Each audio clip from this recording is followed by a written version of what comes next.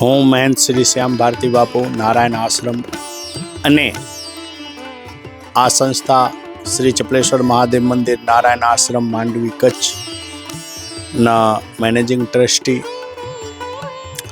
દિવ્યભૂમિ news આજે પરેશ મહારાજ ચાલુ કર્યો છે એને ખૂબ ખૂબ અભિનંદન।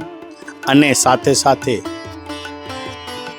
અત્યારે દિવાળી આવી છે, ધનતેરસ, કાલે 14 દિવાળી અને સાથે સાથે નવા વર્ષના સર્વે નારાયણ પ્રેમી અને અમારા રાપર આશ્રમ જે ભારતી બાપુના સેવકો છે અને જેટલા પણ બધા મારા સેવકો છે બધાને દિવાળીના ખૂબ ખૂબ સાધુવાદ, ખૂબ ખૂબ શુભેચ્છા। આપ ઉત્તરોત્તર તરક્કી કરો એવી અમારી અને અમારા નારાયણ આશ્રમના મહેંત તરીકે અને મોમાઈ માતાજી મંદિર રાપર કચ્છના મહેંત તરીકે હું સર્વે સેવકોને હાર્દિક શુભેચ્છા આપું છું અને